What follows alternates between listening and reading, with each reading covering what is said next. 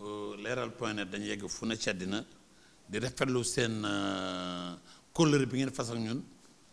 di nuyu nag surtout waa Sénégal parce que Sénégal moo ñu tax a toll fi ñu toll tey nag ñu ñëw seet soon suñu benn grand suñu xarit politicien boo xam ne ràññee nañ ko ci Sénégal muy Thierno Lo di jiite parti bu APD donc Thierno ñu ngi leen nuyu bu baax a baax grand monsieur le ministre. maa ngi leen di fay bu baax a baax ci di leen di dalal. waaw léegi nag après présentation nag ñu dugg ci wax ji. waaw dañ bëgg nga présenter un peu pour que askan. waaw man maa ngi tudd Thierno Lo di citoyen sénégalais boo xam ne bii maa ngi jiite coalition bu ñuy wax Adiana ak nekk président de l'Alliance pour la paix et le développement APD occupé nag yenn fonction ci réew mi parce que bi ma defee 35 ans ci secteur privé bi président Abdoulaye Wade ci la ma wool def ma ministre conseiller en 2003 2005 mu dénk ma le département du ministère de l'environnement 2007 mu envoyé ma assemblée nationale parce que maa gagné le département de Kébémer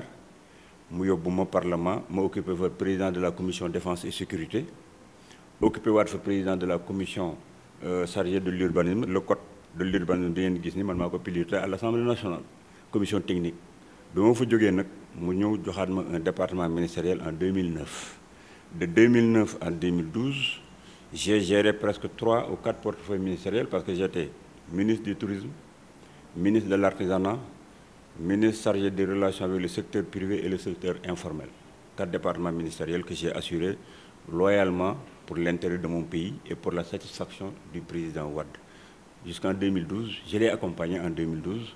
jusqu'à ce qu'on perde le pouvoir voilà donc ma ñëw continuer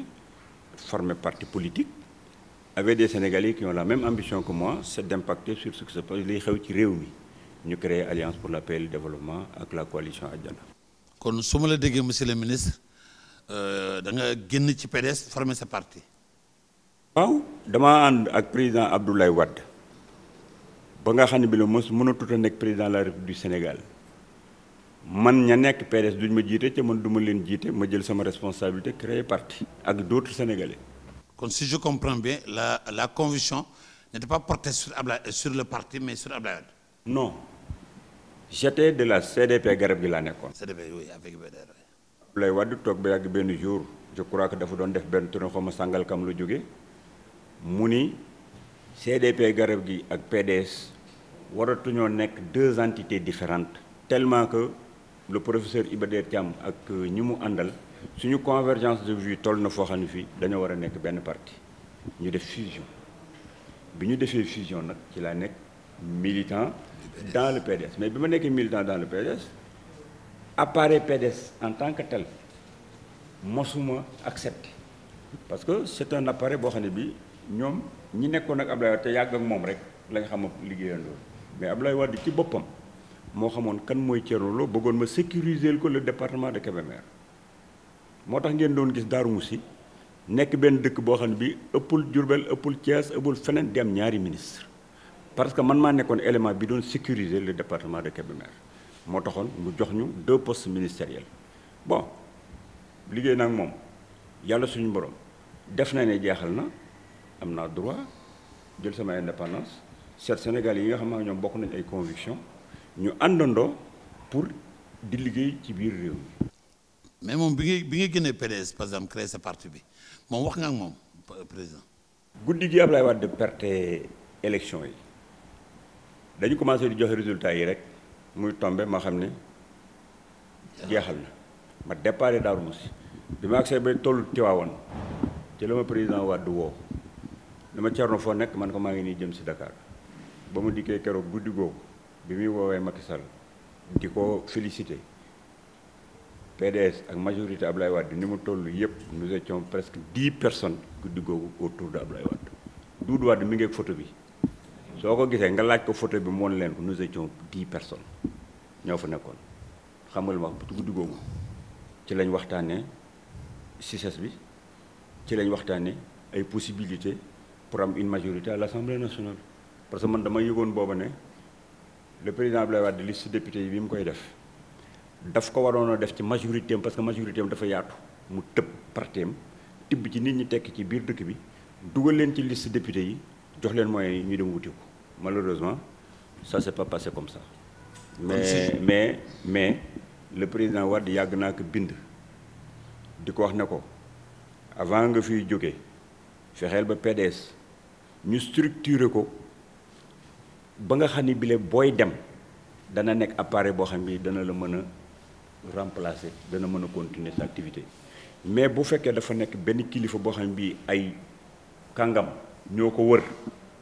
ca kàngam yooyu ko wër amul kenn ku ci nangu sa moroom jiite la man yàgg naa xam ne bu Abdoulaye Wade jeexalee PDS dafay tas ma préparé wu en conséquence parce que kenn ci ñoom ci ñi ko wër sans pour autant mu nekk benn appareil bu ñu structuré ba xam ne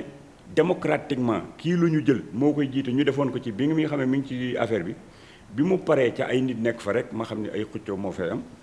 ci laa am droit jël mon destin en main continuer mon action politique parce que je n'ai jamais signé un contrat au président Wade pour lui dire que ni au-delà jàppale la ci li la réew mi dëgg li la réew mi dénk soo paree ba jeexal yaa may joxe ña ka may topp mosuma koo maye. donc ma dégg ni après nga créé sa parti par conviction sa bopp quoi ak ñi nga xam ne gëm nañ li nga gëm mais bu ma déggee sa alliance nga da nga dem jàppale ji Macky président de la République je me suis posé la question lan moo la convaincre ba tax nga dem foofu. mais dama lay jëkk a leeralal benn affaire d'abord pour que sénégalais yi am beneen vision ci affaire yi gis nga pays bii bu ñu fa nekkee bëgg a dem ci kanam il y a une chose que nous devons d'abord régler c'est le respect des choix des uns et des autres parce que nit ki bu nekkee opposition bëgg nañu respecter ko mu nekk opposition exercer ay droits ni mu ko neexee ni nga choisir nekk opposition yow nga choisir ko ni ko nekk ci beneen parti noonu nga war a nangoo keneen def benn choix créer parti am ou bien mu dem dugg ci beneen entité kooku respect la bu ñu deful respect bi danañ critiquer kii tarixa bi mu bokk critiquer kii parti bi mu bokk bëgg imposer nit ñi sa gis-gis yow ak sa choix ci li yàq Sénégal ci la bokk bi mais bi ñu créer suñu parti ñu ne li ñu taxoon na jëkk a jóg mooy créer un mouvement citoyen parce que moi j'en avais assez de la manière ni politiciens yi di comporter au Sénégal ak regard bi nit ñi di porter ci def politique di leen jël ñoom ñëpp dugal leen ci benn saaku di leen traiter de sàcc di leen traiter de ñu amul ngor di leen traiter de leneen ca man Thierno Lo bokkuma ci loolu am na ñu bari ñu di ko wax tolluñu ma fii ci principe tolluñu ma fii ci ngëm-ngëm tolluñu ma fii ci li mu liggéey ci Sénégal donc nag mais loolu dafa ma agacé woon ba man ni damay def mouvement citoyen ma dem lancer alliance pour la paix et le développement bi nga dégg noonu moo yi ci nekk dafa am lu mu tekki ñu def lancer ko CICES bi ñu ko lancé ñu commencé ne bon comme ñoo ngi yor ay nit yoo xam ne ñu ngi def ay formation di former jigéen ñi ci ay eau de javel ay savon ay affaires yi di augmenter seen pouvoir d'achat pour que ñu compter ci seen bopp di jël jeunes yi di leen former en informatique et puis di leen empêcher ñu nekk benn bétail politique en face de moi il y a le responsable des jeunes là ma nga ne la toog donc mi ngi dana confirmer li may wax léegi ba ñu commencé di def loolu ñu ni bon comme bi ñu koy def am na ay acteurs ay sénégalais yu feeñ ci ay gox parce que nekk nañ fa di former ay nit di nekk de bons exemples ba nit ñi di leen topp ñu ne ok comme la décentralisation c'est pour permettre à ce que les populations et les entités jël seen destin en main sans compter ci état central kon ñi génn yëmbal kii génn Daaru Musi kii génn HLM mais ñooñu nga xam nekk nañu ay relais nañ leen jël pousse leen ñu contrôler communes yi parce que les communes ñoom ñoo nekk au milieu des citoyens ñoo xam si ki ci fay faatu ñoo xam ko fa néew doole ñoom ñoo yor seen gox kon ki yor gox bi bu juddoo ci gox bi xam gox bi kooku nañ ko propulser mais bañ ko defee booba xam nga dafa wuñu référendum bi le président Macky Sall convoqué ñu dem au palais mu ne mouvement citoyen yi du ma leen jox récépissé ñu ni bon ok kon ñun lu ñu tekki ci biir réew mi du ñu participer ci ay élections parce que amuñu récépissé ñii dañoo ñëw fii rek def assemblée générale ne bu fekkee ni récépissé mooy tax a tekki mooy tax a bokk on crée un parti ñun loolu moo tax ñu def parti politique en disant que nag bu ñu defee parti politique aussi fond bi na resté conviction yi na resté objectif yi na resté moo tax ñu ko ne accentuer suñu liggéey ci formation jigéen ñi ak di faire que le débat d'idées bañ a bokk ci li politiciens yi di def xuloo di xaste di saaga kenn duñu fa gis yow doo dégg benn doomu jigéenu APD mbaa xale APD booy dégg ci ab télévision mbaa ci plateau de télévision muy xaste mbaa muy xuloo kenn xamuñu ci loolu ma ñoom dama leen wax même bu ma saaga bu leen ma tontul parce que man nekkul ma fi di saagante ak di fayonte xalaat lay doxal képp koo xam ne bii sama xalaat génn naa ko j'accepte nga def ci retour boo ci bëggee lu la leeral nga wax ou bien yow nga critique ko man ma jàng ci pour mën avancer ci kanam. loolu mën naa ci d'accord parce que gisoon naa fi sa problème ak Madiambal bi fi débat bari aussi dégguma nga communiquer ci lu bari. lu xam nga j'aurais préféré ne pas revenir sur ça parce que ça c'est encore les guerres du PDS doon nañ xeex Madiambal nekk fi ñu ne nañ ko xeex te ci période boobu ñuy utiliser ñuy xeex Madiambal pour liquider ko ca laa yóbbu Madiambal ci Abdoulaye Wade yóbbu fa Babacar Touré Sidi Lamine Niass seet si ma koy jàppale ci benn projet auprès de Abdoulaye Wade ci benn journal bu ñu waroon a def pour remplacer Jeune Afrique pour défendre les intérêts de l'Afrique léegi bi gars yi àggee ci élection ñu ne dañuy xeex Madiambal ñu daal di koy jiiñ dem ne Madiambal dafa ñëw fii président bi corrompre na ko jox na ko 200 millions bi ko fi Thierno Lo indee ay affaires yooyu loolu moo indoon coow bi xeexu PDS la mais c'était pas vrai parce que am na benn commission buy lutter contre la concussion qui s'est réunie c'était à Paris ñu def ko mais man yëngalu ma woon parce que loolu mënul yàq suma der politiciens yi PDS ya fa nekkoon ca ma jaaxal leen ci samay principe ak sama comportement di leen wax tous les jours ne leen man dama def sama bopp soo ko ñëw ci Abdoulaye Wade yéen ñi oto bu ngeen ko amee kër bu ngeen ko amee Abdoulaye Wade moo leen ko may du ngeen dara ñooñu ñoo doon xeex di ma jéem a salteel mais gis nga nit ku set mënoo ko yàq xool nañ man je suis le politicien boo xam ne bi yow xam nga fi ne toog nga fi tu es un journaliste maa ngi la jox autorisation devant tous les Sénégalais bul ma rus bul ci seet dara lépp loo xam ne li xam nga ko ci cadavre bu ma yor man ou bien jëfin boo xam bi def naa ko bul ci seet dara wax ko bu ñu gëstu gis ne Thierno Lo alhamdulilahi rabbil alamin ca yàlla na continuer gisuñu ko benn affaire bu ñaaw ci politique du audio du vidéo bu nit mun a génne pour yàq ma ca ñu ne Madiambal nañ ko salir pour tudd ko ci façon boobu c'est la seule tâche bu ñuy jëma te du tâche parce que du lu taxaw mun na la ko nangul parce que lu dul dëgg du yàgg moom ba coow li war tam dafa mujj fay on n'en parle plus mais gëj nga gisanteeg Macky. On est en alliance on se voit mais ne compte pas sûrement pour di wax li may waxante ak Macky. non du ma demande parce que loolu. ñoo ngi gisante parce que man nit ku may àndal damay gisante li ngeen di waxante dafa war a nekk intérêt peuple bi. intérêt peuple bi la. mais bien le parrainage noo gisee bi mu ko taxawlee. waxtaan ngeen ci. parrainage bi déggoo li ma la ci expliquer wax naa ci c'est dommage que Sénégal da ngay toog ñuy continuer di wax les mêmes choses ainsi de suite parrainage bi man bañ ko defee dama def article au nom de mon parti génne ko ne d'accorduma ci parce que dama cee gis ne lu jafee mettre en œuvre lay doon defuma ko pour ay positions partisanes ou bien pour défier mon allié ou quoi que ce soit dama ko def parce que dama gis ne dina jafe la preuve ñu ngi wootee pour def parrainage bi ngeen gis 80 quelques gens qui sont venus pour récupérer yéen ngi toog dégg ñu naan gars yi ngi jaay ay carte d'électeur yéen ngi toog dégg ñu naan ñii mën nañoo signé ak ñii mënuñoo signé ak ay affaires yooyu donc les difficultés yi am ci parrainage bi man loolu laa gis ne bëgguma ko te itam je suis quelqu'un boo xam bi man dama am conscience ci benn affaire gis nga li fi fichier bi fi jëlee Abdou Diouf fexe ba Abdoulaye Wade remplacé ko le même fichier jëlee fi président Abdoulaye Wade mën naa dem ba fexe ñu defaat ay élections en 2019 kooku samay conviction la personnelle te loolu la gëm moo tax d'accorduma ci benn modification buy indi coow ci Sénégal d'accorduma ci. mais di ci waxtaan moom quand même en tant que. déggu li ma la bëgg expliquer dama la wax ne la man li ma la wax li la war a intéressé mooy sama position ci affaire parrainage bi. d'accord très bien mais léegi par rapport ak parrainage bi même dégg naa sax ci benn télé nga waxtaan et j'étais tellement lu ma neexoon la bi nga ne par exemple le fait que les 80 partis politiques nit ñi ñëw candidats yi c'est parce que dañu mettre la charrue avant les bœufs parce que on devait dire que on demande 65 000 la ñu demandé. 55 000 signatures ou bien 65 000 ça dépend du nombre de fichiers. Au candidat. Et on a dañuy jiital candidature avant ñuy dugg ci parrainage. waaw parce que loolu xam nga lan moo ko indi xam nga fi ne nii kenn ci ñoom nekkagul candidat. kenn ñii toog fii yëpp bu leen neexoon suba ñu yónnee ne jox leen ma fiche yi du ñu ay candidat léegi nag li nga xam ne moom la ñu war a def comme d'accord nañ ci ne pour que nga nekk candidat da ngay déposer caution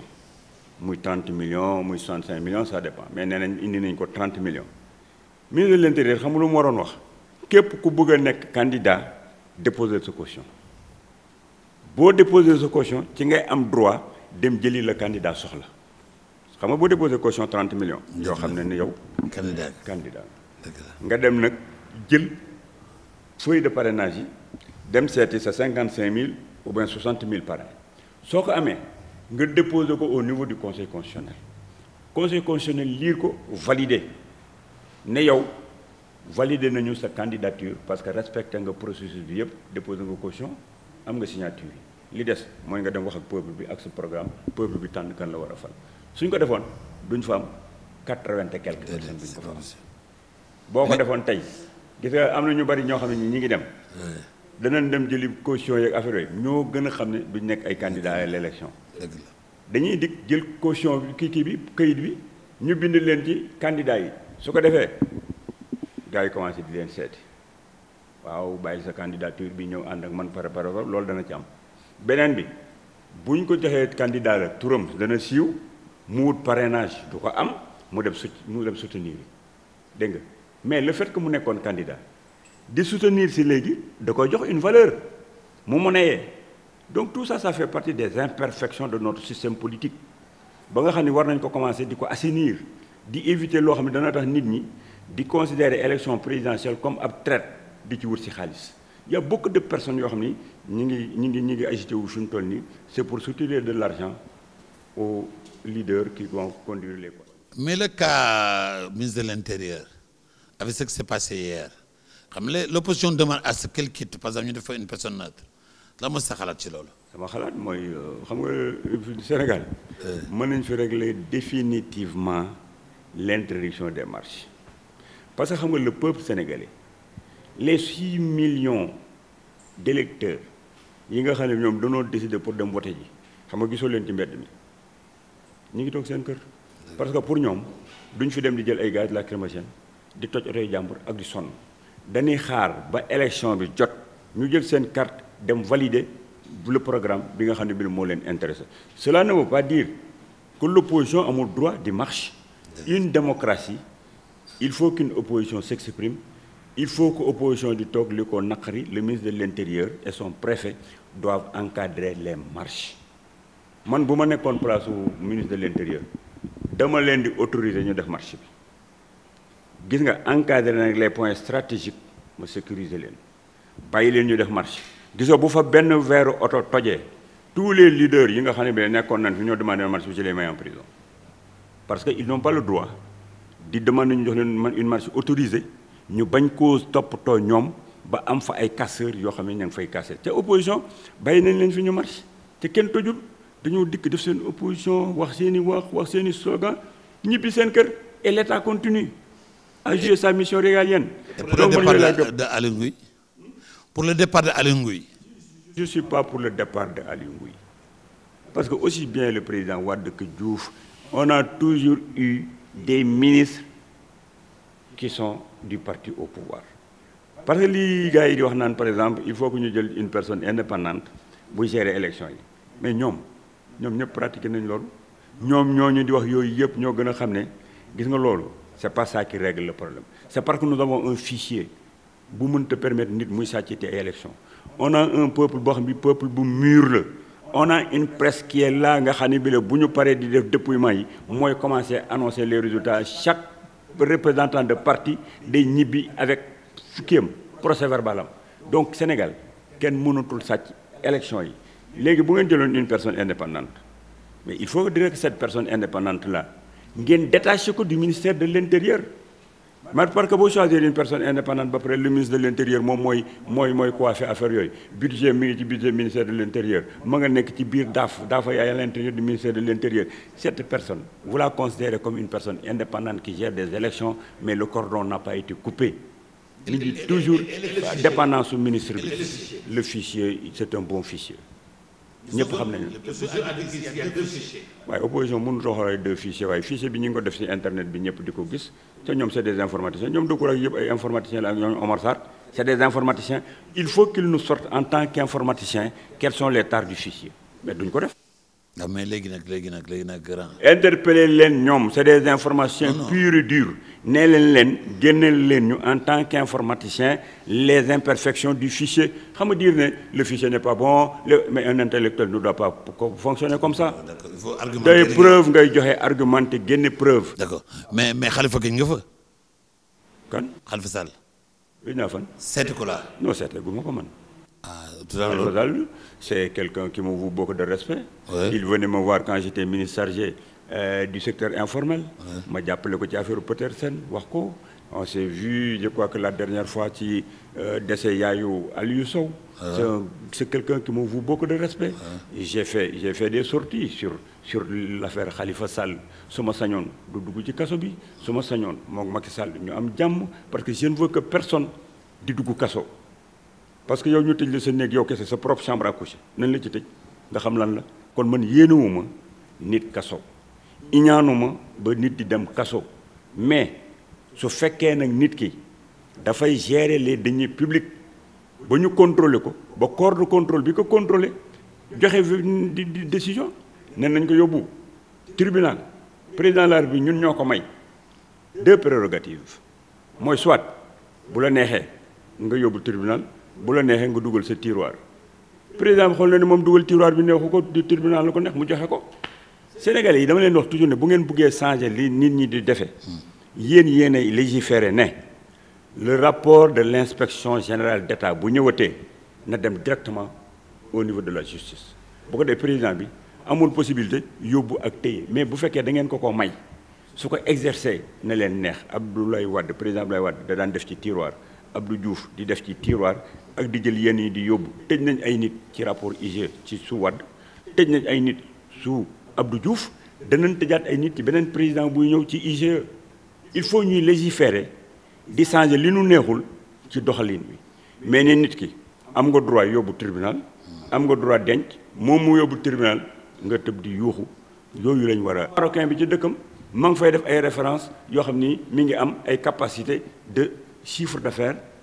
de 20 milliards de 50 milliards donc les entreprises sénégalaises mun ñoo soumissionner ci procédure yi kooku il faut que état bi changer ay cahier de charges yi muy imposer pour que entreprise yi di participer ci appel d'offres yi fi nekk. beneen bi ci des fi ma d'accordul ak état bi mooy entreprise sénégalaise mënul gagner un marché dem ci banque bi jël fa ay caution leb fa xaalis di fay ay intérêt di def lépp dikk travailler pour l'état day fay après service rendu mu def kiyam ba pare décomptam ba pare dem déposer ko au niveau du ministère de l'économie et des finances ñu bañ ko fay di fay les syndicats des grandes entreprises qui sont ici nga xam ne bi ñoom la ñuy fay ces syndicats des grandes entreprises dañ leen a war a teg fële bu fonds yi exister ñuy répartir ko de façon équitable ki fa am 15 millions ci trésor nga xam ne benn góorgóorlu la ñu fay ko entreprise sénégalaise bi nga xam ne bi du entreprise française c'est un sénégalais bu hypothéquer ay maison jënd ay gradaire-am jënd ay bureau yor lépp lu entreprise yu mag yi mën a def moom mën na koo def bu ñuy séddale di fay nan fay bons yi nekk au niveau du payeur ñu régler leen ku ci nekk ñu fay la sa xaalis wante nga jóg 100 milliards nga yor ko ne da ngay fay ay bor entreprise nag nga jël ñetti entreprise yu mag yi nekk ci biir Sénégal nga jox leen ku nekk ay 150 ay 200 ay 600 millions 400 millions 1 milliard machin nga dem fekk entreprise sénégalaise bi nga xam ne bi la moom Matar Diop joxum pour dëkk si col ma xam moo ko moom c'est un sénégalais nga jox ko 50 millions mbaa nga jox ko 100 millions te fekk yaa ngi ko yoreel ay 2 milliards ou bien 7 milliards ou bien 8 milliards ci sa biir circuit loolu Macky Sall xamu ko. mais wax nga ko moom. mais man maa ngi ko danaa ko wax parce que loolu ministre de l'économie des finances moo koy décider. d'accord waaw moo koy décider dafa nànk nag xam nga dama la wax li ma d'accordul ak état bi nag léegi damay wax nag léegi li tax may jàppale président Macky Sall aussi parce que gis naa ne c'est un président qui est très correct Macky Sall doo ko dégg muy wax Macky Sall doo ko dégg muy xaste Macky Sall doo ko dégg muy saaga am na yar am na teggin c'est un parce que man ko amul yar ak teggin du ma ànd ak yow. Deuxièmement dama am ay options fixes yu ma bëgg xam nga man je suis un défenseur du chemin de fer parce que depuis gars yi dindi chemin de fer bi jóge woon Ndar bak si Ndakaaru Njaay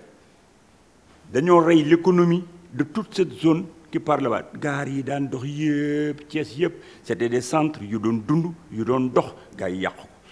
quand le président Macky Sall veut ramener le chemin de fer nga xam ne bile c'est une activité de développement économique je suis d'accord.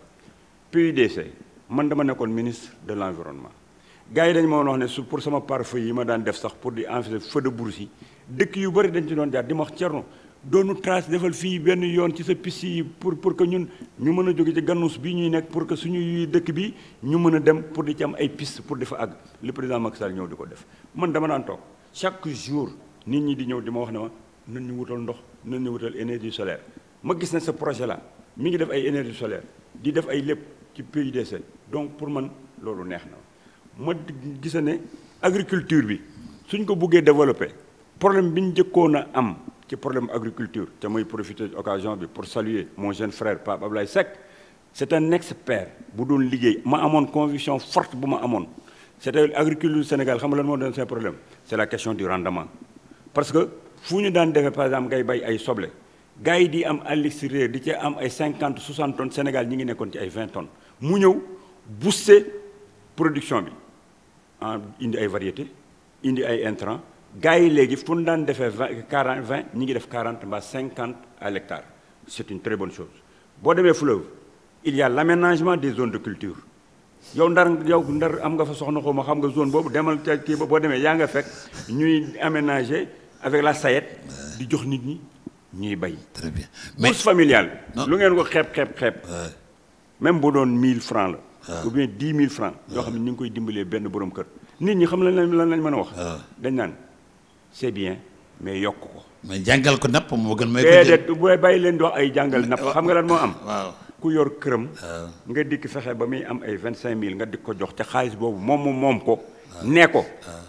xeeb naa ko bu ma sañoon nga dolli ko Sénégal yi am nañ benn erreur bu mag bu ñuy def boo xam bi daw naa am na erreur bu Sénégal yi def mais yow ñun ñëpp bu ñu nekkandoo liggéeykat mais su ma jékki-jékki ci président Abdoulaye Wade la tàmbali woon loolu nga jékki-jékki man ma doon gagné 100000 président Abdoulaye xëy benn suba ne ma defal naa la yow sa corporation 300000 xam nga Sénégal yi ba xam lan la war a wax c'est très bien léegi fexeel ba man nga dolli ma mais dañuy iñaan di wax lu tax ñu jox ko 300 lu tax ñu defal ko 200 xam tax ñu wax loolu ñu tëjee ko quoi xam tax ñu wax loolu parce que bu fekkee dafa naa la yokkal ba pare ñu toog 2 mois après mu ñëw ni mënatul ne dañuy xam ne kon kii da doon tâtonner. parce que si parce que ku wax ne danaa leen yokkal ba pare moom 2 mois. président Macky wax na yu bari yoo xam tey tax na opposition loolu tax mu ñu tiit ci moom mais deuxièmement nag pour revenir à notre mouton mais sa xarit sa frère moom Fada yaa ngi ko dégg. pour parler de Darou Sy. di déglul man. yéen a bokk fi ngeen nekk léegi. déglul Fada ñoo bokk nekk Benno Bokk Yaakaar ca sax avant affaire Benno Bokk Yaakaar. gis nga yéen ñii. xaw ma ni gars yi di tuddee nit ñu dangereux ngeen. parce que man Fada sama rakk rek la ma sa nekk. contrairement ak li Sénégalais yi xalaat. est-ce que xam nga ne maag Fada. bu ñu toogee nii. yow boo taxawee fa da nga naan c'est pas possible. amuñu problème foo ko toll danaan sama grand ma naan ko sama rakk. jàmm rek moo nekk sama diggante ak Modou Diagne Fada nit ñi ñoo naan Fada Thierno Lo Fada Thierno Fada c'est mon jeune frère. tàggool askan bi maa ngi leen di remercier ci ñëw bi ngeen fi ñëw ak itam di leen féliciter ci question yi nga xam ne da nga ko posé parce que yow waxuma ak yow sénégalais yi lay waxante te li ngay wax mooy li ngay dégg ci sénégalais yi moo tax ma di leen jéem a expliquer sama position li ma wax nag du kaamil du dara nit ku nekk mën nga ko interpréter nu mu la neexee ku ci nekk mën nga ko dégg lu mu la neexee mais man damay wax rek li ma xalaat ku ne wax xalaatam ku ne wax xalaatam te ñu respectante te xam ni réew mi ñoo ko bokk te it jot na ñu war a toog di wax ay débat d'idées te bàyyi xaste bi ak xuloo beeg ngaa yooyu. sant la bu baax Thierno sama grand. maa ngi lay remercier bu baax. merci beaucoup merci beaucoup.